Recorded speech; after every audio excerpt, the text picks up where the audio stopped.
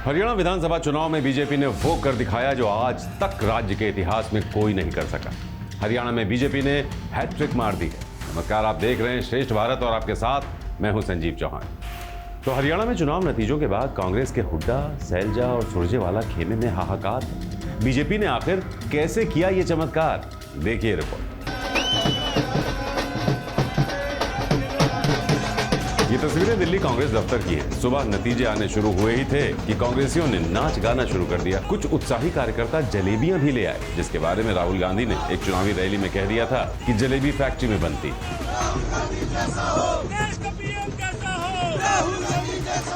लेकिन दोपहर आते आते कांग्रेस की ये जलेबियां खट्टी होने लगी। कांग्रेसियों के चेहरे मुरझाने लगे। दिल्ली से लेकर गुड़गांव और फरीदाबाद से लेकर अंबाला तक अब जश्न की बीजेपी की बारी थी। दोपहर तक बीजेपी के कार्यकर्ता जश्न मना रहे थे।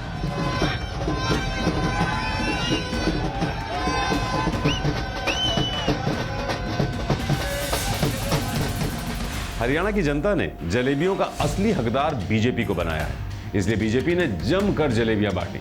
शाम को दिल्ली के बीजेपी मुख्यालय में जलेबी बांटने का इंतजाम किया गया। हजारों किलो जलेबी मंगाने का ऑर्डर दे दिया गया। तो बीजेपी ने आखिर ये कमाल किया कैसे? जिस बीजेपी के बारे में कहा जा रहा था कि हरियाणा के किसान उससे नाराज हैं, युवा नाराज हैं, दलित नाराज हैं, उस बीजेपी ने कैसे ये चमत्कार किया? अब चुनाव नतीजों में जो दिख रहा है उसके मुताबिक साफ है कि बीजेपी ने ये नाराजगी दूर कर ली है और लोगों ने दिल खोलकर बीजेपी के पक्ष में वोट दिया है, जिसका नतीजा सामने है। पिछले 3 विधानसभा चुनाव में बीजेपी के नतीजे देखिए।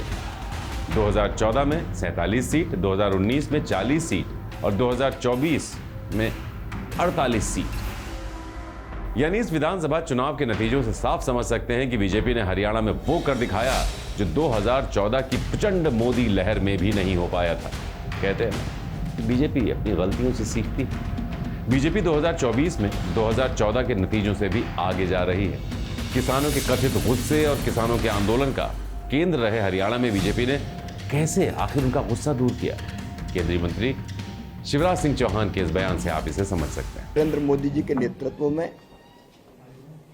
समाज के हर वर्ग के कल्याण के जो काम हो रहे हैं उसका असर हरियाणा में साफ दिखाई दे रहा था। लोगों के चेहरे बोल रहे थे। कांग्रेस हवा में उड़ रही थी और भारतीय जनता पार्टी ने अपने कामों के आधार पर जनता से वोट मांगे और आज जो परिणाम आ रहे हैं, कांग्रेस कई जगह तीसरे स्थान पर चली गई है। भारतीय जनता पार्टी शानदार विजय की ओर अग्रसर है और इन परिणामों ने यह साबित कर दिया है कि ठोस काम को ही जनता आशीर्वाद देती है। हरियाणा विधानसभा चुनाव में 3 मुद्दे प्रमुखता से उठाए जा रहे थे: जवान, किसान और पहलवान। अब जवानों के लिए अग्निवीर स्कीम को लेकर विरोध था। 3 नए किसान कानूनों से किसान नाराज बताए जा रहे थे, जो प्रधानमंत्री ने खुद वापस ले लिए थे कानून। पहलवानों की नाराजगी को भी विपक्ष एक बड़ा मुद्दा बना रहा था। बीजेपी के पूर्व सांसद बृजभूषण शरण सिंह के खिलाफ पहलवानों का गुस्सा था, जिसको लेकर पहलवानों ने आंदोलन किया। बाद में विनेश फोगाट के नाम पर पहलवान बीजेपी के खिलाफ लामबंद हो रहे थे। बीजेपी ने इन तीनों ही मुद्दों को बड़ी ही समझदारी से सुलझाया। जिस अग्निवीर स्कीम को लेकर हरियाणा में गुस्सा था, उसको लेकर हरियाणा सरकार ने कई ऐलान किए। हरियाणा के अग्निवीरों के लिए सरकारी नौकरियों में प्राथमिकता का वादा किया गया। किसानों के लिए वक्त वक्त पर स्कीम्स लाई गई और जब विनेश फोगाट को कांग्रेस ने टिकट दिया तो बीजेपी ने पहलवानों के एक धड़े को अपने साथ जोड़े रखा। बृजभूषण शरण सिंह को हरियाणा के चुनाव प्रचार से बिल्कुल दूर रखा गया। बीजेपी चुनाव लड़ने और जीतने की एक्सपर्ट मानी जाती रही है। उसकी मशीनरी 24 घंटे चुनाव जीतने के लिए काम करती रहती है। जवान, किसान और पहलवानों का मुद्दा साधने के बाद बीजेपी ने फोकस किया गैर जाट वोटों पर। पूरे 9 साल 318 दिन बाद हरियाणा के ताकतवर मुख्यमंत्री और आरएसएस की पसंद रहे मनोहर लाल खट्टर को हटाकर नायब सिंह सैनी को मुख्यमंत्री बना दिया।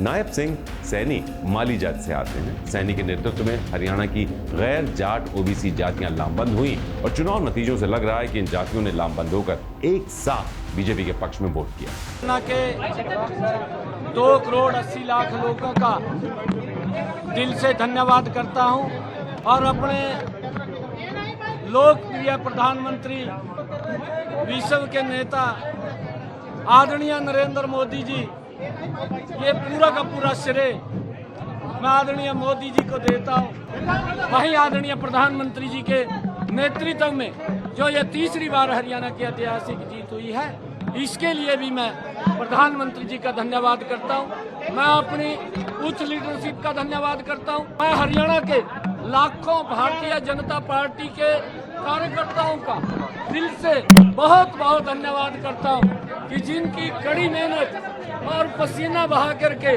उन्होंने इस ऐतिहासिक जीत का जो दिलवाई है। बीजेपी को इस विधानसभा चुनाव में कांग्रेस से सबसे बड़ा खतरा था। अब कांग्रेस चुनाव तो पूरी ताकत से लड़ी, लेकिन अपने कुनबे को संभाल नहीं सकी। पूर्व मुख्यमंत्री स्वर्गीय भजनलाल के परिवार से आने वाली किरण चौधरी और श्रुति चौधरी कांग्रेस छोड़कर बीजेपी में शामिल हो गई। इसके अलावा कांग्रेस के अलग अलग धड़े हरियाणा में चुनाव लड़ रहे थे। भूपेंद्र सिंह हुड्डा और दीपेंद्र सिंह हुड्डा के साथ पूरे चुनाव में कुमारी सैलजा दिखाई नहीं दी। कांग्रेसी नेताओं ने जिस तरह चुनाव नतीजों से पहले ही हुड्डा को सीएम प्रोजेक्ट करना शुरू कर दिया, उससे सैलजा का दर्द रह रहकर बाहर आता रहा। चुनाव प्रचार के आखिरी दिन सैलजा ने सोनिया गांधी से मुलाकात की और एएनआई से इंटरव्यू में कहा कि उनको कितना भी दरकिनार करने की कोशिश की जाए, लेकिन वो मुख्यमंत्री पद की दौड़ में हैं।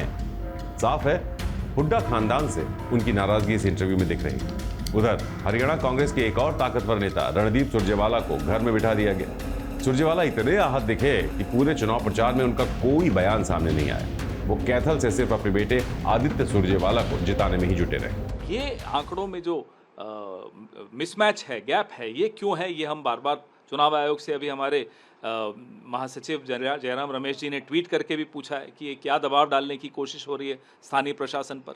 इसलिए हम फिर से चुनाव आयोग को कह रहे हैं, आगाह कर रहे हैं कि इसमें तुरंत एक्शन ले। 2024 का हरियाणा विधानसभा चुनाव बीजेपी की जीत से ज्यादा कांग्रेस की हार है। जी हां, 4 महीने पहले हरियाणा के लोकसभा चुनाव में कांग्रेस ने 5 लोकसभा सीटें जीती थी। संविधान बचाने के नाम पर उसे दलित समुदाय से जमकर वोट मिले थे, लेकिन लोकसभा चुनाव की तरह कांग्रेस दलित समुदाय को अपने पक्ष में उतना मोबिलाइज नहीं कर पाई। बची खुची कसर आईएनएलडी, बीएसपी और जेजेपी एएसपी के गठबंधन ने पूरी कर दी। कई जगह चतुष्कोणीय लड़ाई हुई, जिसमें बीजेपी ने बाजी मार दी।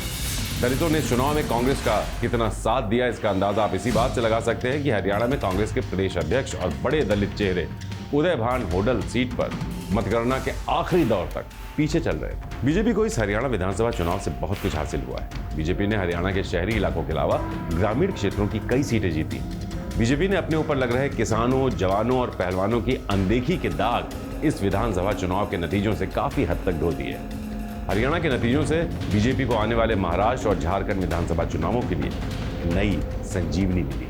वहीं कांग्रेस अब आत्ममंथन करेगी कि आखिर उससे फिर इतनी बड़ी गलती कैसे हो गई। कैसे जीती हुई दिख रही बाजी हाथ से निकल गई? क्या अति आत्मविश्वास उसे ले डूबा?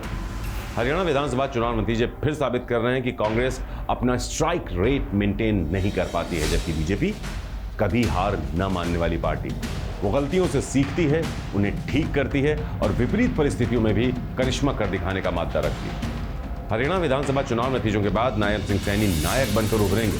उन्हें फिर राज की कमान मिलेगी या किसी और पर मेहरबान होगा बीजेपी आला कमान, इसकी जानकारी भी हम सबसे पहले आप तक पहुंचाएंगे। तो जुड़े रहिए हमारे साथ और देखते रहिए श्रेष्ठ भारत। श्रेष्ठ भारत पर खबरों से जुड़े रहने के लिए चैनल को सब्सक्राइब और लाइक करें, बेल आइकन दबाएं और देखते रहें श्रेष्ठ भारत।